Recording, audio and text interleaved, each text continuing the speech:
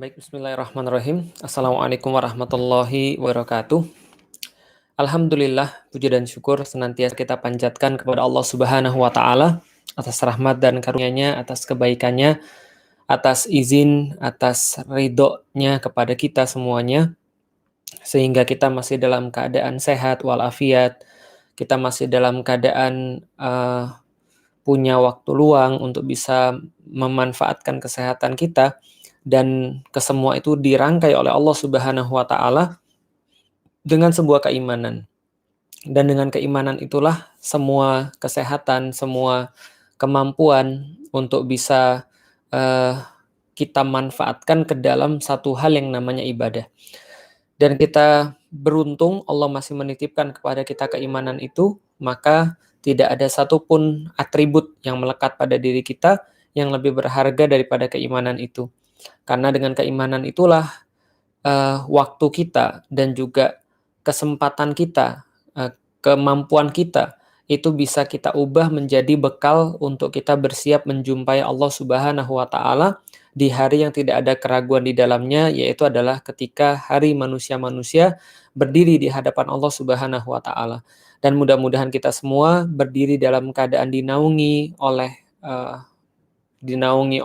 naungan yang ketika itu tidak ada naungan selain daripada naungan Allah Subhanahu wa Ta'ala, dan kita semua mendapatkan ampunan-ampunan daripada Allah Subhanahu wa Ta'ala, mendapatkan rahmah-Nya, sehingga Allah menempatkan kita ke dalam hamba-hamba yang diridhoi oleh-Nya dan mendapatkan surganya Allah. Salat dan salam semoga tercurah dan terlimpahkan kepada baginda Nabi besar Muhammad sallallahu alaihi wasallam. Kita senantiasa bersolawat kepada beliau dengan mengucapkan Allahumma sholli ala sayyidina Muhammad, dan kita senantiasa juga mengucap salam kepada beliau, assalamu alayka ya Rasulullah. Tidak ada nama yang lebih mulia, tidak ada yang nama yang lebih layak untuk dipuji selain daripada nama Muhammad sallallahu alaihi wasallam, Rasul kita, Rasul penghulu daripada para nabi, dan kita berharap sebagaimana beliau itu memimpin para nabi ketika Isra dan Mi'raj, maka mudah-mudahan Rasulullah Shallallahu Alaihi Wasallam kelak akan mengenali kita, lalu kemudian mengelompokkan kita menjadi orang-orang yang mencintai dan merindukan beliau, kemudian menjadikan kita semuanya, mengakui kita semuanya sebagai umat daripada beliau Shallallahu Alaihi Wasallam, menuntun kita di hari yang tidak ada tuntunan selain daripada yang diizinkan oleh Allah Subhanahu wa Ta'ala. Dan kita berharap kita berada dalam barisan Rasulullah Shallallahu Alaihi Wasallam di bawah benderanya La ilaha illallah Muhammadur Rasulullah. Teman-teman sekalian yang selalu dirahmati Allah, pada malam ini ada satu bahasan yang mungkin sudah sering saya bahas. Tapi karena ini ada satu momen, bukan satu momen sebenarnya, tapi momen yang kemudian kita bisa jadikan sebagai sebuah introspeksi, momen yang bisa kita jadikan sebagai sebuah sebagai sebuah titik awal, titik mula di mana kita membahas tentang happiness atau membahas tentang kebahagiaan ini. Karena kebahagiaan ini adalah memang perkara yang pelik. Orang banyak yang nyari, tapi sedikit sekali yang menemukan. Kenapa? Karena bisa jadi mereka nyari di tempat yang salah, atau mereka justru konsep tentang kebahagiaan itu sendiri mereka sudah salah sejak awal. Sehingga cara nyarinya pun juga salah, dan yang dicari pun juga salah. Bisa dikatakan mungkin yang mereka dapat adalah false happiness, adalah pseudo happiness, sebuah kebahagiaan palsu, kebahagiaan yang bersifat semu, yang mereka baru sadar ketika mereka justru mendapatkan kebahagiaan yang salah itu. Karena memang kalau kita bicara tentang manusia, ya apalagi sih yang dicari oleh manusia? Misal contoh, ada satu penelitian yang meneliti tentang apa yang paling dianggap membahagiakan bagi para milenial. Jadi kalau kita bicara milenial berarti sekitar 80 sampai 2000 ya. Jadi yang lahir 80 sampai 2000 itu masih dikatakan milenial. Jadi kalau gitu saya juga termasuk milenial karena saya 84 ya, milenial awal. Jadi early millennials. Kalau teman-teman yang lahir sebelum tahun 2000 ya berarti ya termasuk millennials. Lah kalau lahirnya 2000 ke atas itu neo millennials, itu milenial baru ya, yang sekarang di bawah 21 tahun atau di bawah 21 tahun. Nah, tapi ketika ditanya sama millennials, orang-orang yang lahir tahun 80 sampai tahun 2000, mereka ditanya, "What is the most important things in your life?" Itu dia ditanya, "Apa yang paling penting dalam hidup Anda?" Mereka menjawab begini, nomor satu itu mereka menjawab, "Yang paling penting dalam hidup saya adalah saya pengen jadi kaya, get rich," gitu ya. Itu sekitar 81%, karena di jawabannya boleh lebih daripada satu, jadi 81% menjawab, "Ya, saya pengen jadi kaya." Sementara di bawahnya itu adalah get famous, jadi pengen jadi terkenal. Jadi mereka pengen jadi terkenal juga, itu 51%. Kemudian di bawahnya itu adalah helping others in need. Jadi di bawahnya itu, menolong orang dalam kesulitan, itu sekitar 30%. Lalu sekitar 22% itu ketika ditanya mereka di bawahnya lagi adalah, saya pengen untuk nge-lead, untuk bisa menjadi pemimpin ketika dalam satu situasi yang bersifat krisis. Jadi pengen memimpin, membawa orang keluar dari satu krisis, itu 22%. Dan 10%-nya adalah menjadi lebih spiritual. Jadi menjadi lebih spiritual. Dan ini ternyata angkanya turun jauh dibandingkan generasi sebelumnya. Generasi sebelum milenial itu ya generasi apa ya? Generasi X ya berarti ya. Generasi sebelum milenial itu mereka pengen jadi lebih spiritual walaupun tetap di nomor terakhir itu tapi sekitar 30%. Nah, ini tinggal 10%. Sedangkan target utama mereka adalah pengen jadi kaya dan pengen jadi famous. Pengen jadi punya banyak uang dan pengen terkenal. Karena terkenal sama dengan uang dan uang sama dengan terkenal. Nah, itu sebenarnya ya dua hal yang mungkin saling membantu ya. Tapi teman-teman sekalian, sebenarnya kalau kita lihat tentang uang dan tentang famous, ternyata ini juga nggak menjamin orang dapat bahagia. Saya pernah cerita, pernah ada kisah orang bunuh diri. Bukan pernah ada kisah, banyak kisah orang bunuh diri itu ternyata bukan hanya orang miskin yang bunuh diri. Jadi kalau teman-teman lihat ada yang bunuh diri, gantung diri karena nggak mampu untuk menafkahi anaknya, ngasih makan anaknya, lalu dia bunuh diri banyak. Ada banyak utang bunuh diri ya juga banyak. Tapi menariknya adalah ternyata nggak sedikit juga orang-orang yang kaya itu bunuh diri. Contoh misalnya teman-teman search saya tuh di Korea gitu ya, di Jepang gitu ya, yang negara-negara yang paling banyak bunuh dirinya itu, yang harapan hidupnya itu sangat rendah itu, mereka hal-hal sederhana tuh membuat mereka bunuh diri. Dan kadang-kadang bukan kadang-kadang, seringkali yang bunuh diri ini adalah orang yang justru punya jabatan yang tinggi, punya pendapatan yang nggak sedikit, bahkan setahu saya pernah saya search itu CEO-nya Hyundai itu pernah bunuh diri. Jadi loncat dari gedung lantai berapa, 30 atau 40 gitu ya. Dan itu bukan sendirian. Ada artis yang bunuh diri, ada kemudian pengusaha yang bunuh diri, ada orang yang punya segala-galanya lalu bunuh diri, dan seterusnya. Saya mikir mungkin gini ya, mereka tuh mungkin mikir ya, apa ya yang saya belum ada ya? Anak punya gitu ya. Lalu kemudian apa lagi? Duit banyak, mobil berderet, rumah lebih daripada satu, deposito banyak. Apa yang saya belum punya ya? Jabatan, anak buah banyak. Apa yang belum saya punya ya? Kayaknya mati deh belum. Terus mereka loncat. Nggak tahulah apa yang di dalam kepala mereka. Tapi yang jelas teman-teman sekalian, kita bisa lihat bahwa ternyata nggak semua orang yang miskin itu yang bunuh diri. Atau bunuh diri itu nggak semua orang miskin. Tapi ternyata orang kaya juga banyak yang bunuh diri. Jadi kalau gitu kita bisa lihat kaya belum tentu bahagia. Kalau gitu apakah orang terkenal itu bahagia? Belum tentu juga. Sebelum kasus-kasus ke belakang ini saya sudah cerita.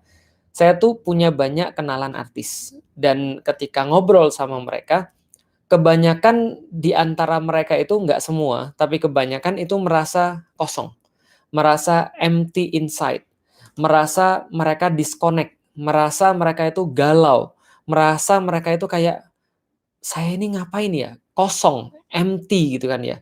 Gabut dan seterusnya. Kenapa? Karena mereka itu merasa seolah-olah mereka tuh harus memuaskan orang terus, harus senyum terus, ketika di kamera dengan di luar kamera berbeda jauh. Jadi ketika, apa namanya, action itu langsung jadi orang yang berbeda. Tapi ketika kamera dimatiin mereka jadi orang yang benar-benar ya galau, mereka jadi orang yang benar-benar kosong gitu kan ya. Mereka jadi orang yang benar-benar nggak punya harapan hidup dan seterusnya. Sehingga beberapa di antara mereka ini mencari kebahagiaan di tempat-tempat yang lain. Ada yang mencari kebahagiaan daripada melihara binatang gitu kan ya. Lalu kemudian mencari kebahagiaan daripada pergaulan bebas, seks bebas. Ada yang mencari kebahagiaan dia cari mungkin ini ada pada narkoba, lalu kemudian dia makan narkoba.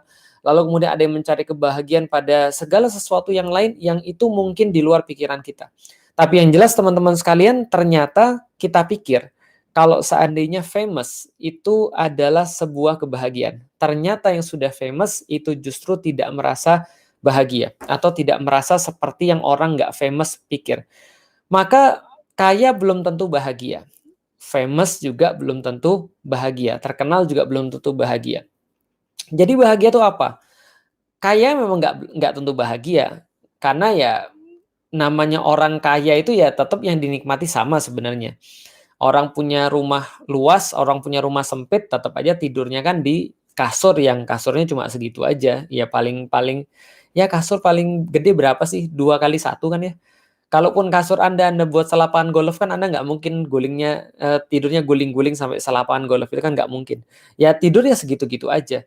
Mau makanannya banyak ya makannya segitu-gitu aja, perutnya kan terbatas gitu ya. Mau Anda punya budget 500 juta dengan budget 50.000, kalau misalnya satu bungkus nasi Padang sudah mengenyangkan Anda, ya 500 juta jadi nggak berharga karena kenyang itu ya segitu aja. Paling yang kita beli adalah rasa aja.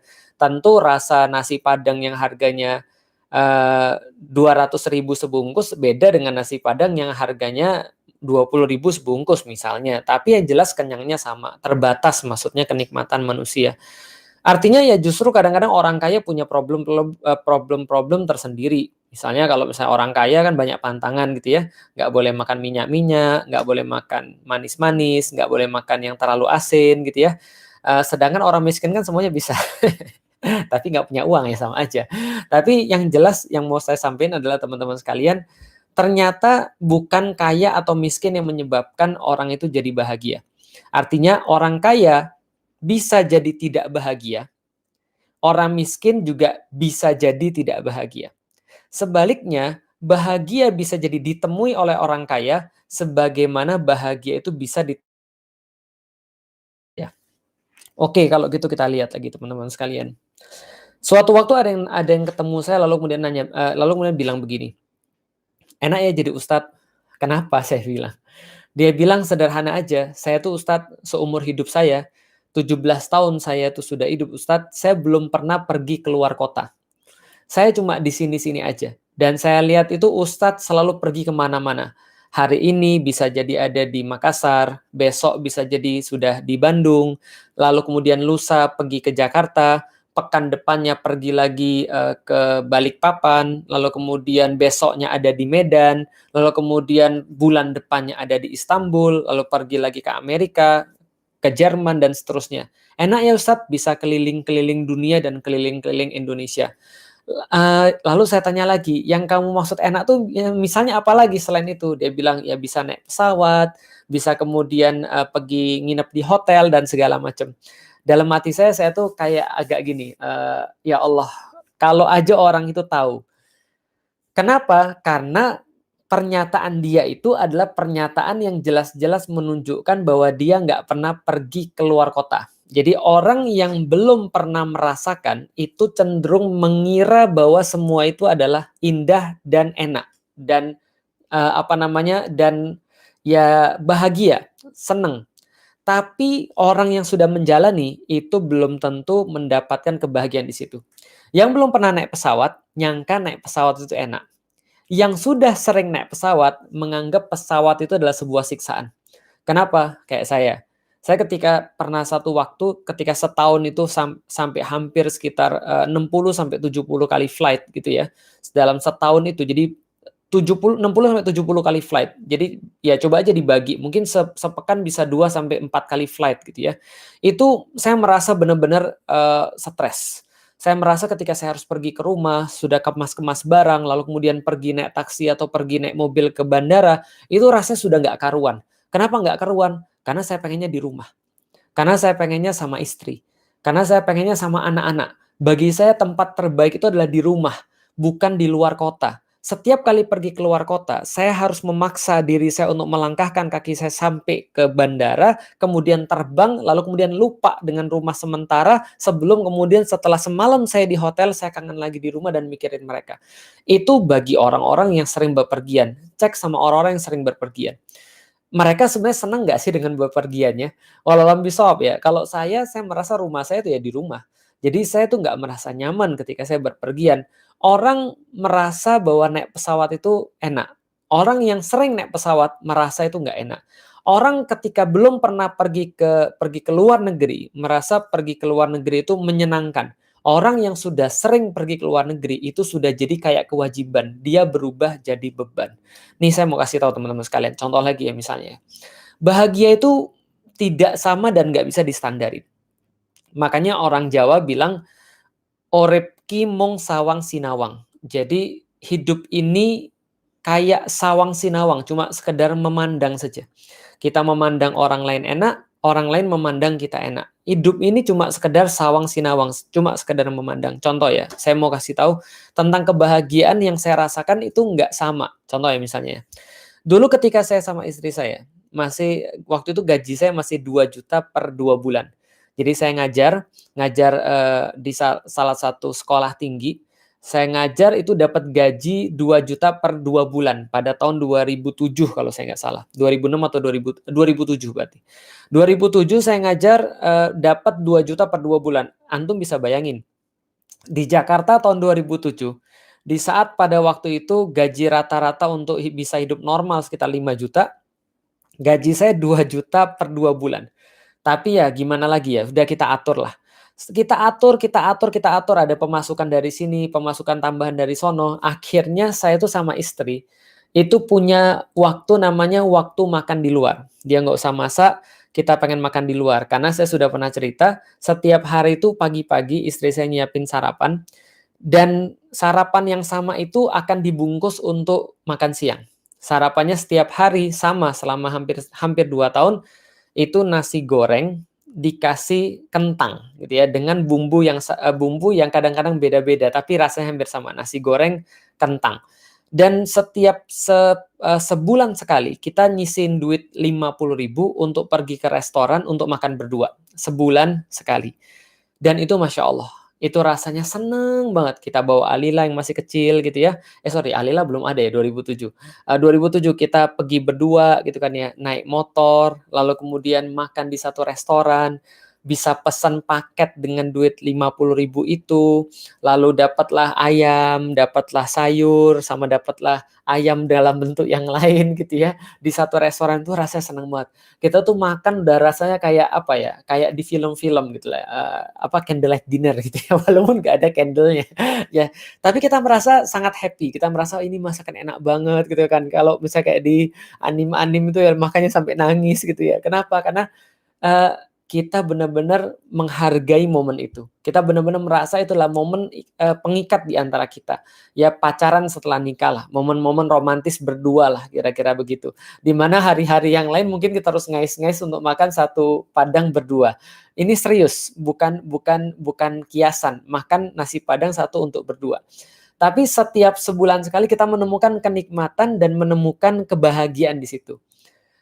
Waktu berlalu terus-menerus setelah saya kemudian kerja ngajar di sekolah tinggi, lalu kemudian setelah itu saya mulai, bantu-bantu bapak gitu ya, lalu kemudian digaji sama bapak saya 5 juta per bulan. Alhamdulillah naik derajat gitu ya, dari 2 juta per 2 bulan jadi 5 juta per bulan. Ketika gaji saya 5 juta per bulan, kita naik derajat dong. Sekarang makannya bukan lagi yang 50.000, ya toh juga nggak ada 50.000 lagi menu waktu itu. Akhirnya kita coba makan di tempat yang lain yang lebih tinggi. Kita mulai makan yang 60.000, mulai makan yang 70.000. Kadang-kadang kita juga tetap makan yang 50.000 itu. Tapi yang menarik ketika penghasilan saya nambah lagi, meningkat lagi, lalu kemudian berkembang lagi. Di satu waktu, di beberapa tahun berikutnya, ketika penghasilan kita juga sudah berlipat-lipat daripada awal, yang 2 juta per 2 bulan itu, lalu kemudian kita makan di tempat yang sama lagi, yang 50.000 itu. Walaupun harganya juga sudah bukan 50.000 lagi. Pas kita makan, kita bilang gini, "Kok makanannya nggak enak ya? Ini kayaknya kokinya ganti deh. Ini kayaknya chef-nya ganti deh. Kok bisa gitu ya?" Kita jadi mikir, kenapa? Oh, kita baru ngerti, oh rupanya Allah itu bisa mencabut kenikmatan. Allah itu bisa mencabut kebahagiaan. Yang tadinya kita bahagia menjadi tidak bahagia. Padahal situasinya sama, padahal kondisinya sama. Tapi dalam kondisi itu bisa jadi yang awalnya kita bahagia menjadi dicabut kebahagiaannya oleh Allah Subhanahu wa taala. Kita jadi ngerti itu. Ternyata memang segala sesuatu yang nggak pernah kita dapat, itu cenderung kita anggap kita akan bahagia, tapi begitu kita dapat, itu kenikmatannya dikurangi sedikit demi sedikit. Itulah makna daripada kullu man 'alaiha fan. Segala sesuatu yang bisa Anda jangkau di dunia ini, semua yang tersedia di dunia ini Allah sampaikan adalah fan, adalah sesuatu yang fana. Maksudnya fana itu apa? Akan berakhir, akan habis, akan hilang. Apa yang berakhir, apa yang habis, apa yang hilang? Kenikmatan Anda ketika mengkonsumsinya. Itu ada teori ekonominya gitu kan ya. The theory of diminishing marginal utility gitu ya. Atau yang kemarin disampaikan sama Mas Husen itu ya, teori Gosen atau teori apa ya. Nanti coba dicek deh. Ini teorinya berkata begini, bahwa kepuasan itu akan senantiasa berkurang. Bahwasanya kepuasan itu akan senantiasa berkurang seiring bertambahnya konsumsi.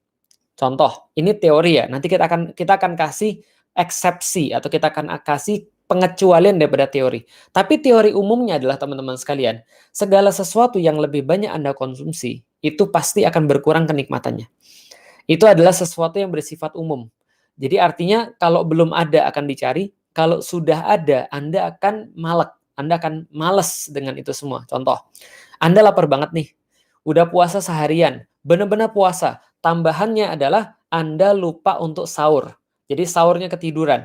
Anda bisa bayangin seperti apa seharian tuh Anda jalani, Anda benar-benar craving dengan es buah, benar-benar craving dengan air putih, yang ada bulir-bulirnya itu yang dingin gitu kan ya.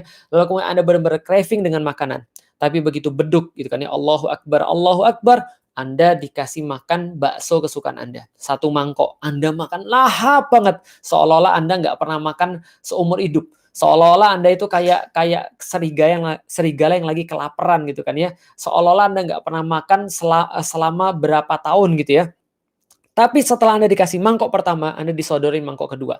Anda makan lagi dengan lahap. Tapi beda dengan mangkok yang pertama.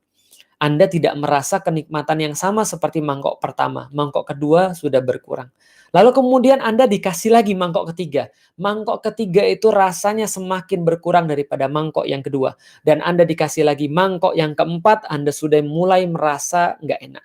Anda sudah mulai merasa bahwa ini kewajiban saya untuk ngabisin nggak sih?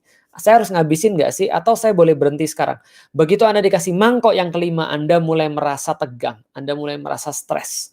Anda mulai merasa depresi. Dikasih lagi mangkok yang selanjutnya, Anda muntah atau Anda mungkin ngamuk. Kenapa? Karena mangkok baksonya sama tapi menjadi berbeda karena kenikmatannya sudah dicabut. Maka kenikmatan itu bersifat terbatas dan itu berlaku bagi apapun juga. Nanti ada pengecualiannya tentu saja. Artinya, kalau ada orang mencari yang namanya kebahagiaan pada sesuatu yang fana, dia harus paham sesuatu yang fana itu punya batas. Dia harus tahu sesuatu yang fana itu pasti akan hilang. Dia harus tahu bahwa sesuatu yang fana pasti akan berkurang dan pasti akan habis. Dia nggak bisa mengharapkan sesuatu yang seindah kebahagiaan. Sesuatu yang setinggi kebahagiaan itu bisa disediakan pada sesuatu yang fana. Saya pernah ngajak Hawariun pergi makan mie. Bagi saya mie terenak sedunia gitu kan. Ya karena saya selalu membuat karakteristik kayak gitu. Saya kalau misalnya menemukan mie enak, itu yang pertama kali saya ajak adalah istri saya, lalu bapak saya, lalu teman-teman saya. Waktu itu saya ngajak Hawariun sama sis. Sis itu kan punya taste kan ya, punya sense of taste. Kalau Hawariun itu ya nggak punya sense of taste. Tapi saya ngasih tahu dia, Hawariun yuk ikut yuk sama saya sama sis, kita pergi makan mie yang terenak sedunia bagi saya. Lalu kemudian saya ajak dia makan, lalu saya tanya, sis enak nggak sis? Wah enak banget Ustaz, ini keren banget pokoknya rasanya. Saya tanya Hawariun, setelah saya tanya Hawariun saya merasa menyesal. Kenapa? Karena ya kan saya lupa, dia kan tidak ada rasa gitu kan. Bagi dia tuh makanan cuma dua, mengenyangkan atau tidak mengenyangkan gitu. Jadi dia nggak ada rasa. Tapi dia bilang, wah Ustaz ini enak banget. Lalu kemudian kita ngomong bareng-bareng kayak gini. Jadi inilah maksimalnya dunia. Saya bilang sama mereka, inilah maksimalnya dunia. Jadi dunia tuh ya cuma ini aja. Ya yang paling enak ya ini, nggak ada yang lebih enak lagi daripada ini. Dan kita mau punya duit seberapapun, inilah mie yang paling enak yang bisa kita beli. Inilah mie yang paling enak yang bisa kita rasakan. Enough, selesai, khalas. Kenapa? Karena fana itu pasti akan hilang. Dan kita benar-benar keranjingan makan mie tersebut. Tapi tebak, berapa kali sampai saya bosan makan mie itu? Berapa kali sampai saya bosan makan mie itu? Jadi gini, kita suka mie itu, lalu kita tiap hari makan itu, tebak sampai berapa hari kita bosan? 2 hari, 3 hari, 4 hari, 5 hari, seminggu. Saya rasa nggak akan ada yang lebih daripada seminggu. Itulah namanya fana. Fana itu pasti akan hilang. Jadi kalau dia ngarep kebahagiaan itu akan datang daripada segala sesuatu yang bersifat duniawi, Anda sudah salah sejak awal. Anda sudah gagal sejak awal. Fail from the start. Kenapa? Karena dunia tidak didesain untuk bisa mencapai level kebahagiaan. Level kesenangan iya, tapi nggak bakal sampai level kebahagiaan. Kenapa? It's a different level. Itu adalah hal yang lain. Kebahagiaan itu jauh lebih tinggi daripada kesenangan. Karena kesenangan itu adalah sesuatu yang ketika kita dapat. Sedangkan kebahagiaan itu adalah sesuatu yang diturunkan, yang transendental, yang bukan dari dunia ini gitu loh maksudnya. Nah, artinya kita harus tahu dulu bahwa bahagia itu bukan nyangkut dengan perkara-perkara dunia. Jadi kalau ada orang pengen bahagia, tapi dia ngarep pada dunia, udah siap-siap kecewa aja. Kalau aku sekaya dia, aku akan lebih bahagia. Siap-siap kecewa.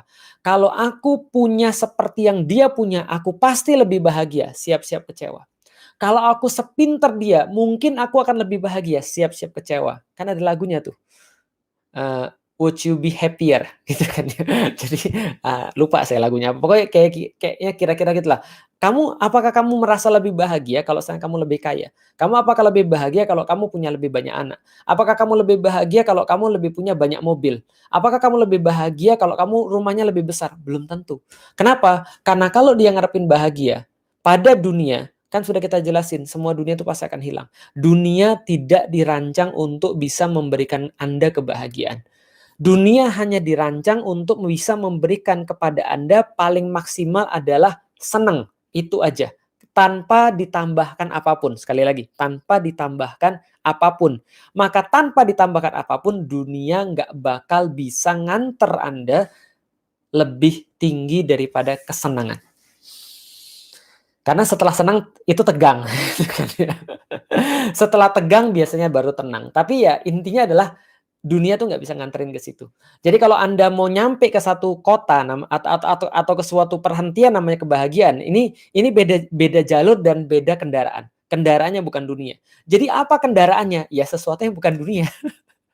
Gitu loh maksudnya. Nah, itu yang mau kita bahas terlebih dahulu. Jadi kita harus ada kesepakatan dulu kalau andaikan kita mau cari bahagia, berarti bahagia bukan di dunia. Berarti bahagia bukan urusan dunia. Kalau gitu bahagia tuh urusan apa? Nih, kita bahas dulu dari segi bahagia, cara mendapatkannya dari segi akademisi. Klik silahkan di Google. Klik Grant Study. Grant Study.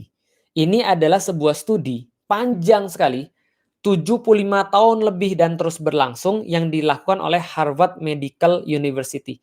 Jadi Harvard University bagian medical. Mereka membuat satu penelitian, satu studi panjang tentang happiness, tentang kebahagiaan.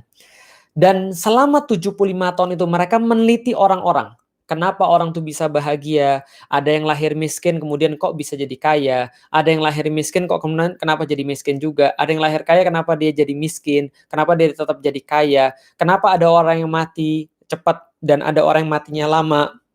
Ada orang mati, ditinggal suaminya, berapa lama dia hidup. Ada orang mati ditinggal istrinya, berapa lama dia hidup dan seterusnya. Mereka banyak melakukan penelitian, intinya mereka mengatakan bahwa orang yang lebih bahagia itu harapan hidupnya lebih panjang. Itu secara penelitian, ya iyalah jelas.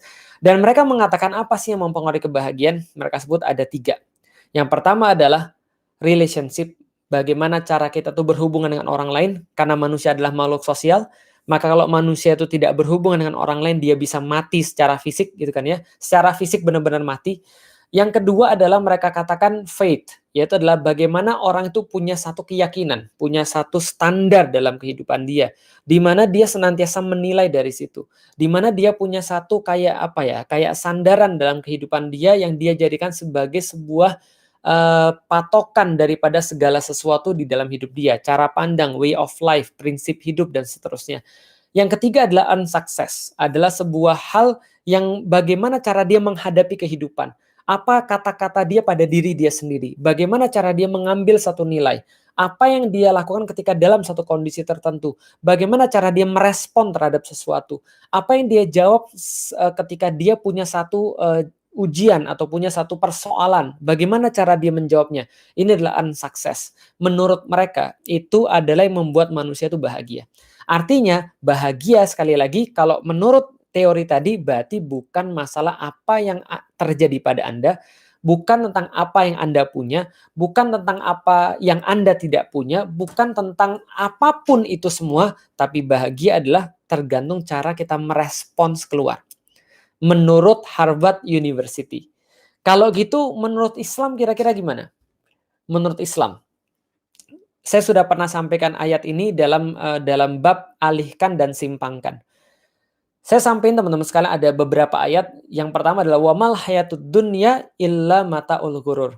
Tidaklah dunia ini kecuali hanya tipuan dan kesenangan kesenangan fata morgana. Yang sudah kita sampaikan kullu man 'alaiha fan tadi, segala sesuatu itu fana, fata morgana. Allah katakan wamal hayatud dunya illa mataul ghurur. Allah sampaikan sebelumnya, tidaklah dunia ini cuma sekedar main-main, perlomba-lombaan, banyaknya anak, banyaknya harta, lalu kemudian seperti petani yang kemudian menanam tanaman, lalu kemudian berbuah, lalu setelah itu menjadi menguning, lalu mati, dan seperti itu Allah kemudian mengumpamakan dunia ini. Cuma sekedar itu aja, daur yang kayak gitu-gitu aja, terus yang kayak menipu bagi orang-orang yang tertipu. Bagi orang-orang yang tertipu nanti akan ada hukuman, bagi orang-orang yang mau sadar bahwa ini cuma permainan belaka, dia akan memanfaatkan itu sesuatu yang lebih besar. Maka kemudian di dalam Islam, Allah sampaikan pertama, dunia ini memang fata morgana. Lalu di mana letak kebahagiaan? Allah sampaikan dalam surat yang lain, surat Al-Imran. Allah sampaikan, zuyyina linnasi hubus syahawati minan nisa wal banin wal qanatiril muqantarati minaz zahabi wa fiddati wal an'ami wal harth wal an'ami wal khailil musawwamati wal an'ami wal harth. Jadi kita ulangi.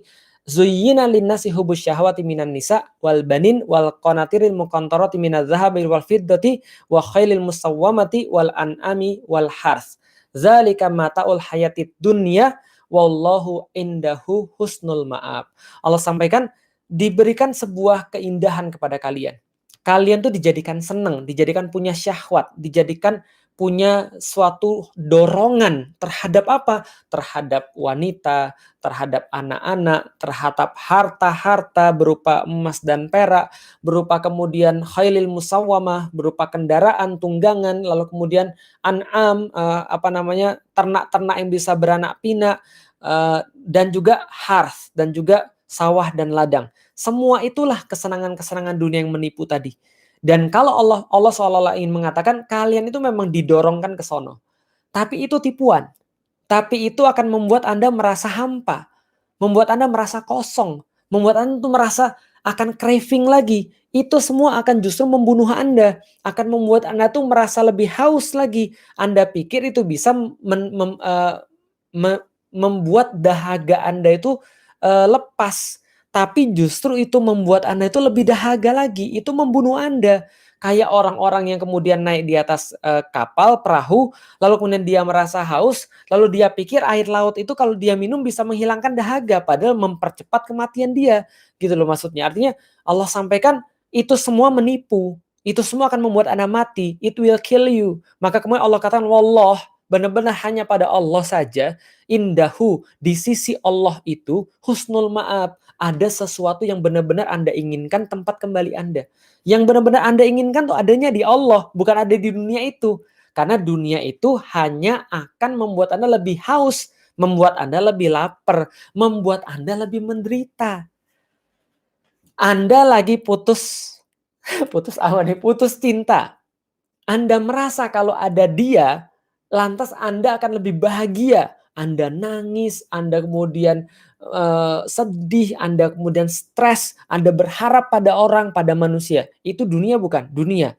Tapi sebenarnya kalau Anda lagi dalam kondisi seperti itu ya, stres gara-gara manusia, toh ketika nanti dia jadi milik Anda, itu tidak akan mengurangi dahaga dan tidak akan mengurangi kesedihan Anda.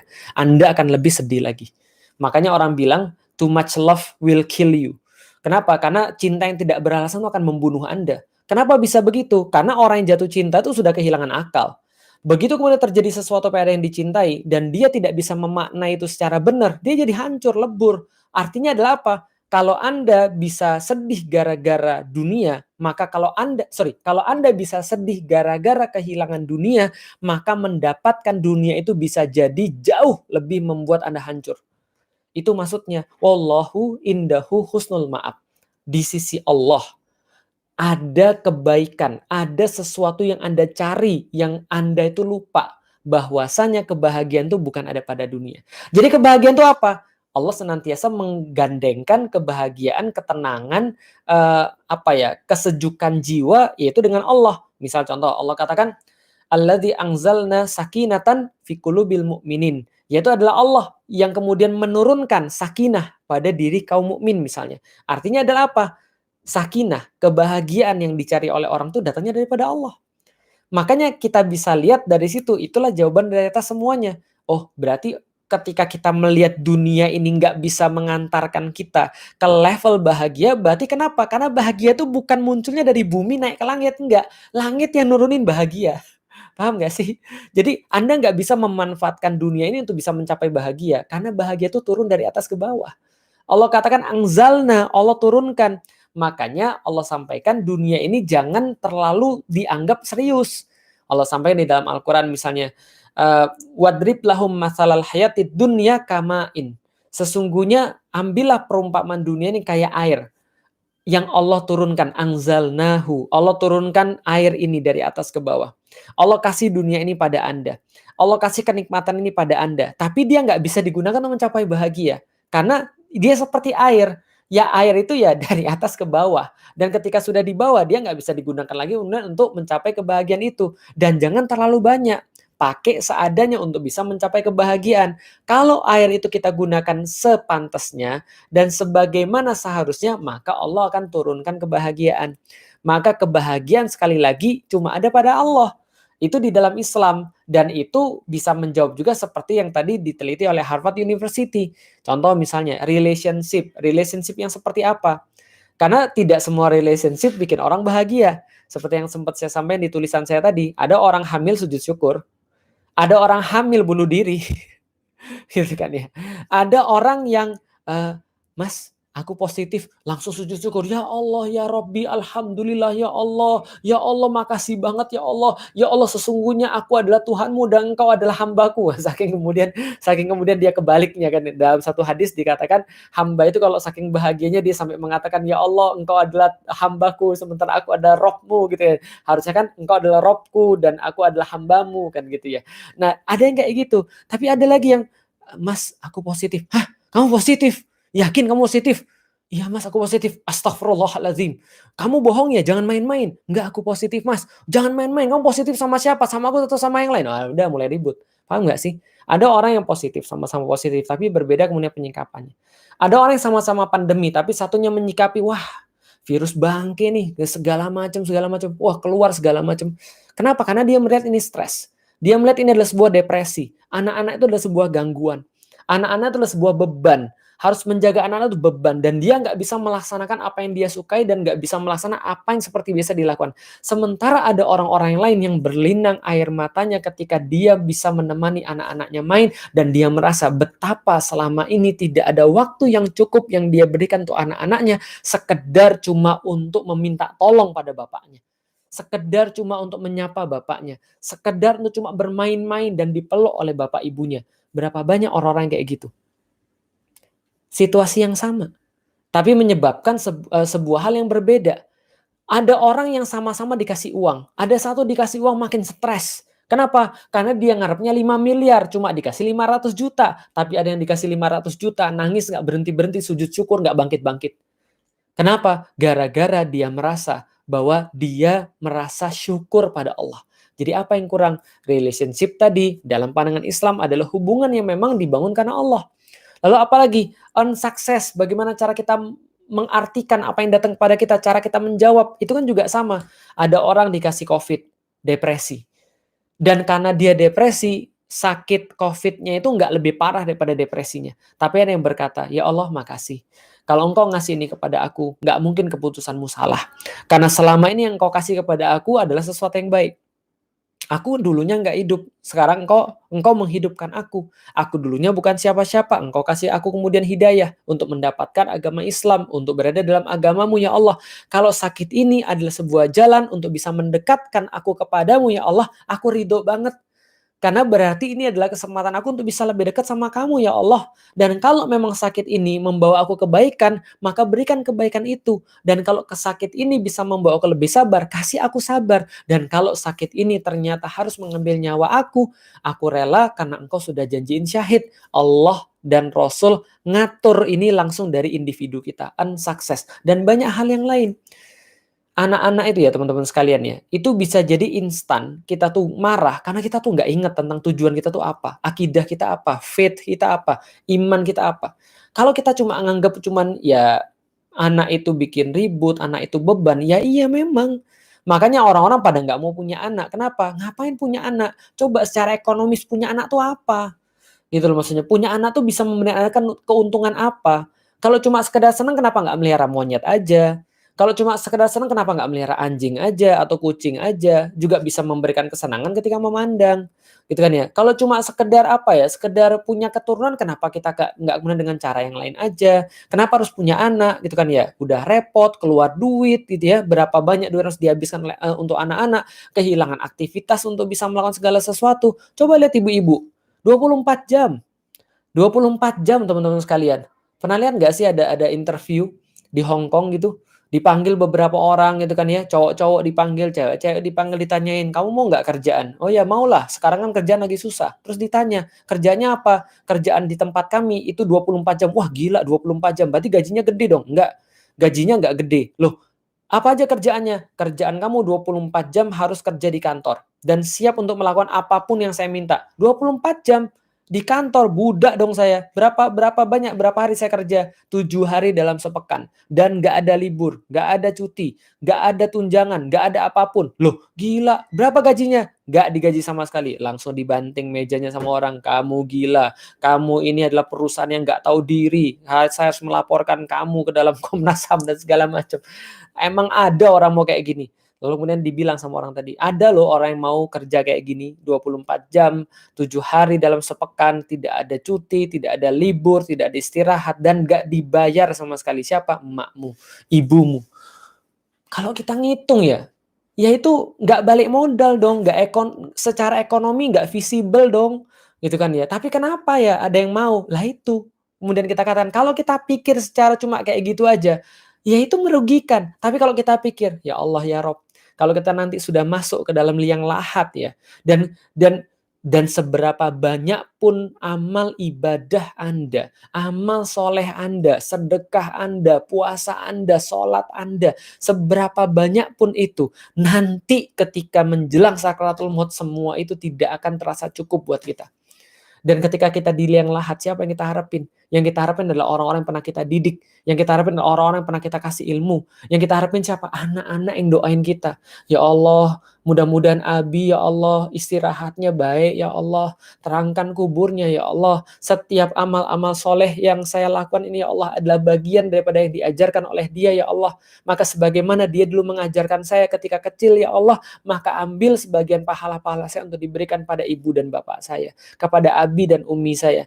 Ya Allah, saya ini bisa jadi kayak gini nggak lain daripada doa Abi dan Umi, selain daripada makanan yang diasuhkan oleh Abi dan Umi, darah saya darah mereka, susu Umi saya yang memberikan saya kekuatan ketika masih kecil ya Allah, maka hidup saya tuh nggak ada kalau nggak ada mereka. Maka berikan kemudian mereka kebaikan-kebaikan di akhirat sebagaimana saya sudah berusaha untuk menjadi hamba-Mu yang soleh ya Allah. Cuma sekedar doa itu yang kita harapin. Kenapa? Karena kita mikirnya berbeda. Faith tadi, relationship tadi, unsuccess tadi. Maka itulah kebahagiaan.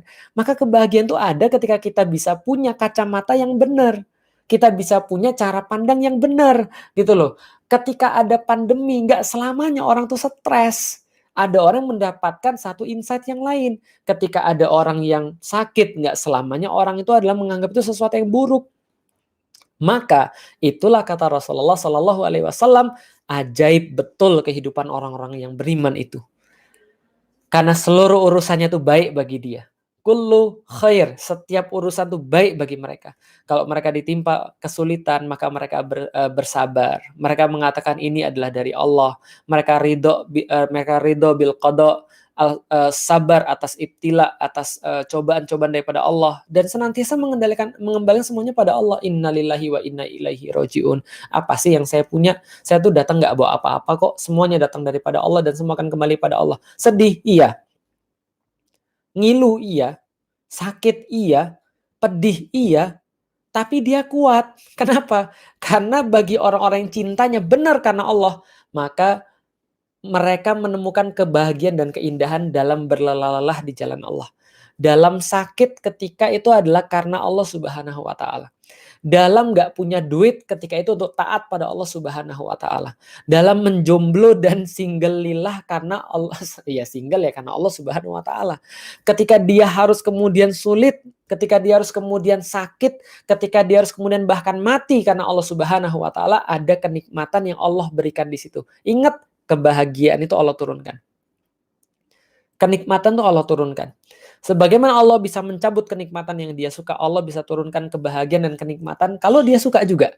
Pertanyaannya adalah dia suka sama kita atau enggak gitu maksudnya. Artinya adalah apa? Ya balik lagi gitu loh. Kalau kita punya kacamata yang benar, maka kita bisa mengganti apapun menjadi satu kebahagiaan. Nggak harus kemudian punya duit banyak.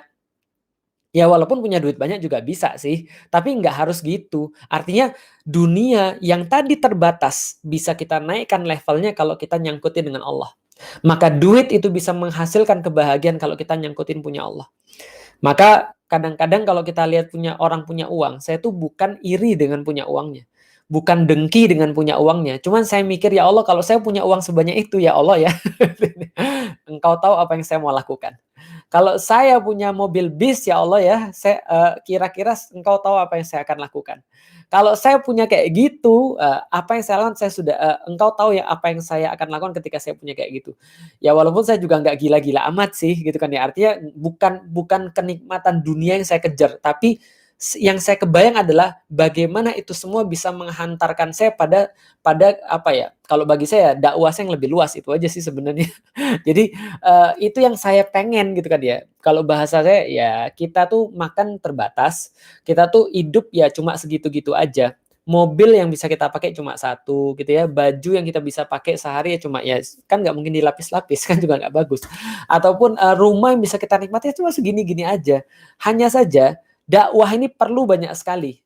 Dakwah ini perlu banyak sekali wasilah-wasilah dunia untuk bisa dihantarkan lebih luas. Itu sih sebenarnya. Cuman kalau untuk tertarik untuk bisa kayak gitu, ya pengen sih tapi enggak deh. Kenapa pengen tapi enggak? Ya kita pengen tapi kita tahu itu kayak kita nyebur ke laut lalu kemudian minum air laut sampai habis lalu kita mati gitu maksudnya. Karena kita tahu bahwa cuma dunia aja nggak bisa nganterin sampai bahagia. Tapi dia harus dikaitkan dengan yang namanya akhirat, dikaitkan dengan Allah. Harta dikaitkan dengan Allah, dapat Anda bahagia.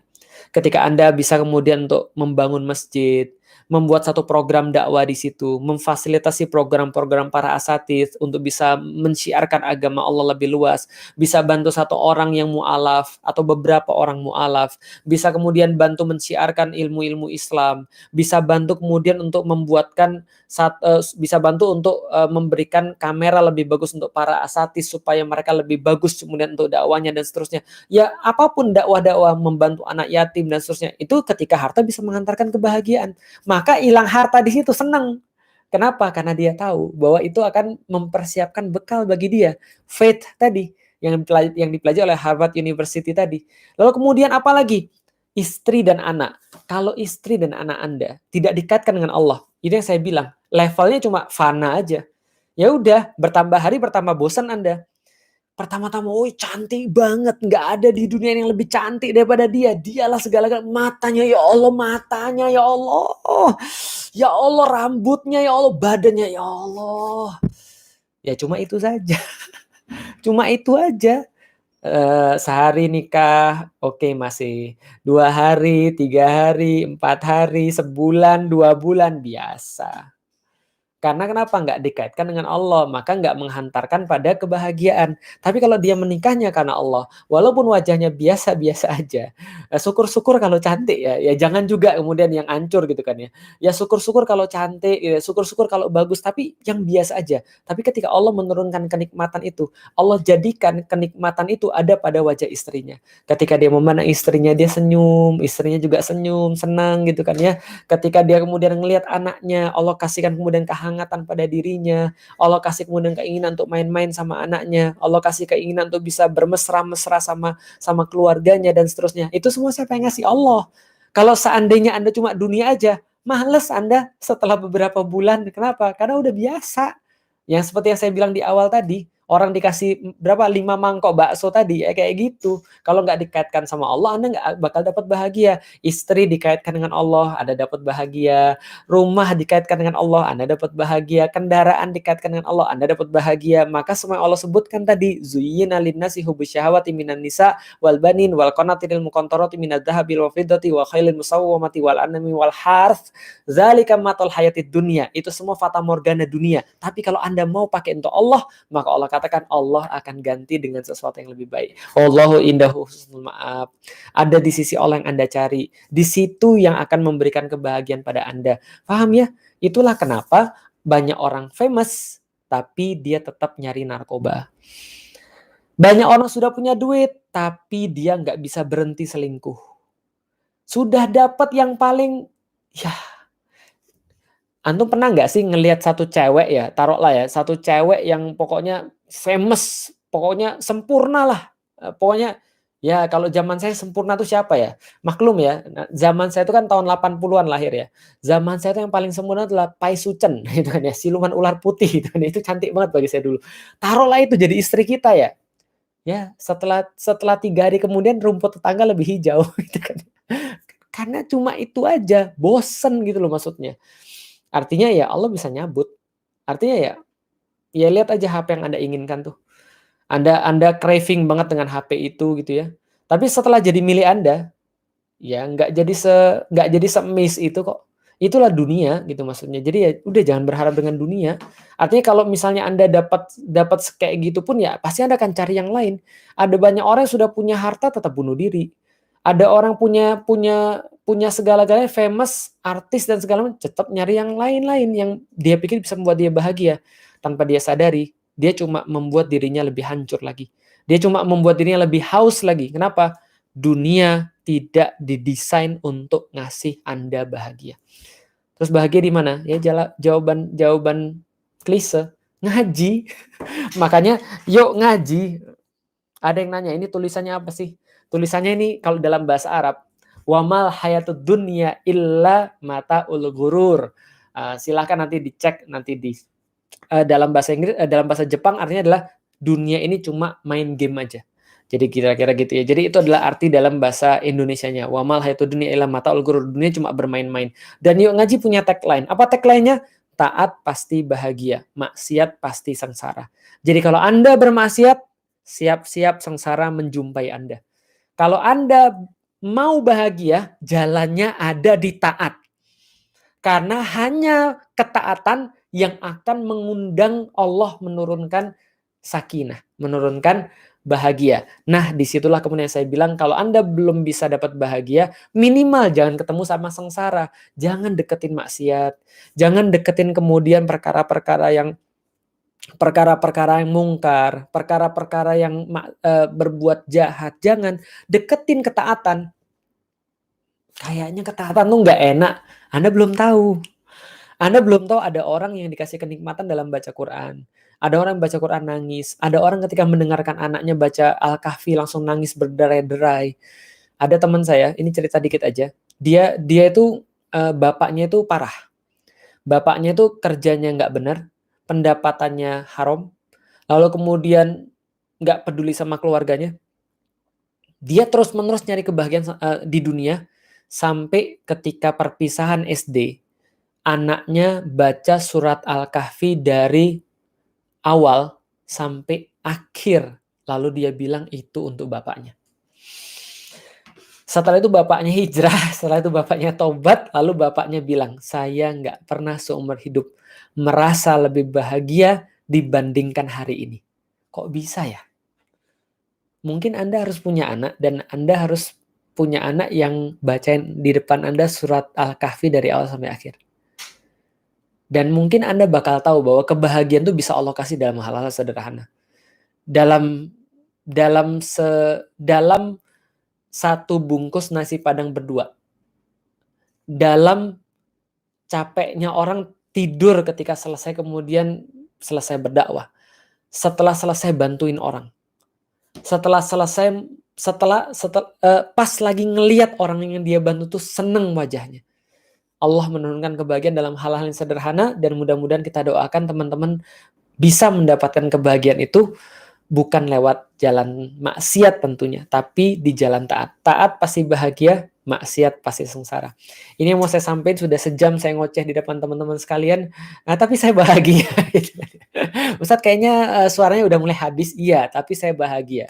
Dan saya berharap teman-teman yang menyaksikan ini juga bahagia gitu kan ya. Dan mudah-mudahan ketika kita bareng-bareng berbahagia, Allah bisa memberikan kita kebaikan di dunia dan juga kebaikan di akhirat. Billahi taufiq wal hidayah wa minkum. Assalamualaikum warahmatullahi wabarakatuh.